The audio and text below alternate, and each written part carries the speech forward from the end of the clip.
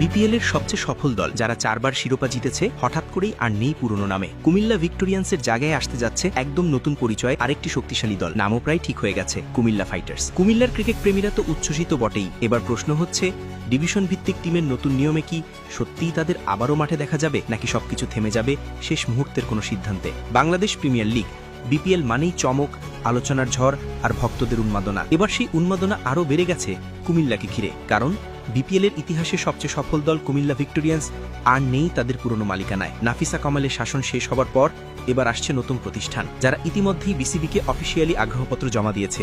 নামও প্রায় নিশ্চিত, কুমিল্লা ফাইটার্স। 4 বারের শিরোপাজয়ী কুমিল্লা ভিক্টোরিয়ান্সের নাম ক্রিকেট ভক্তদের কাছে এক আবেগ। এই দলেই একসময় খেলেছেন Tamim Iqbal, Chris Gayle, Steven Smith, Jos Buttler কিংবা রশিদ খানের মতো বিশ্বসেরা তারকারা। প্রতিবারই কুমিল্লা ছিল শিরোপার অন্যতম দাবিদার, কিন্তু শেষ আসরে তারা মাঠে নামেনি, আর সেটিই যেন বিপিএল এর রং কিছুটা ম্লান করে দিয়েছিল। তাই নতুন করে কুমিল্লার ফ্র্যাঞ্চাইজি ফিরলে বিপিএল এর আগ্রহ বহুগুণ বাড়বে, এটাই প্রত্যাশা।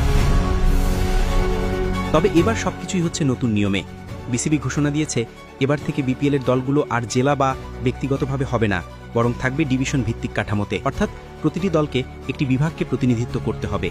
এর ফলে কুমিল্লা ফাইটার্সের ভাগ্য এখন পুরোপুরি নির্ভর করছে বিসিবির সিদ্ধান্তের উপর। যদি ডিভিশন ভিত্তিক অনুমোদন মেলে, তবে কুমিল্লার ক্রিকেট প্রেমীদের স্বপ্ন আবারও পূরণ হতে যাচ্ছে। শুধু তাই নয়, কুমিল্লার পাশাপাশি নতুন ফ্র্যাঞ্চাইজি হিসেবে নাম এসেছে নোয়াখালীও। তবে বিসিবি যদি বাধ্যতামূলকভাবে বিভাগীয় কাঠামো মেনে চলে, তাহলে এই জেলাভিত্তিক দলগুলো হয়তো জায়গা পাবে না, আর সেই কারণেই কুমিল্লা ফাইটার্সের মাঠে নামা এখনও অনিশ্চিত। বিসিবি যদি বিভাগ ভিত্তিক অনুমোদন দেয়, তবে নিশ্চিতভাবেই আগামী বিপিএলে নামবে কুমিল্লা ফাইটার্স, আর যদি অনুমোদন না মেলে, তবে কুমিল্লার এই প্রত্যাবর্তনের স্বপ্ন থেমে যাবে এখানেই। যা হোক, এক বিষয় পরিষ্কার, ভক্তদের ভালোবাসা এবং জনপ্রিয়তার দিক থেকে কুমিল্লা সবসময়ই এগিয়ে, আর এই কারণেই নতুন মালিকানা দল নিতে এতটা আগ্রহী।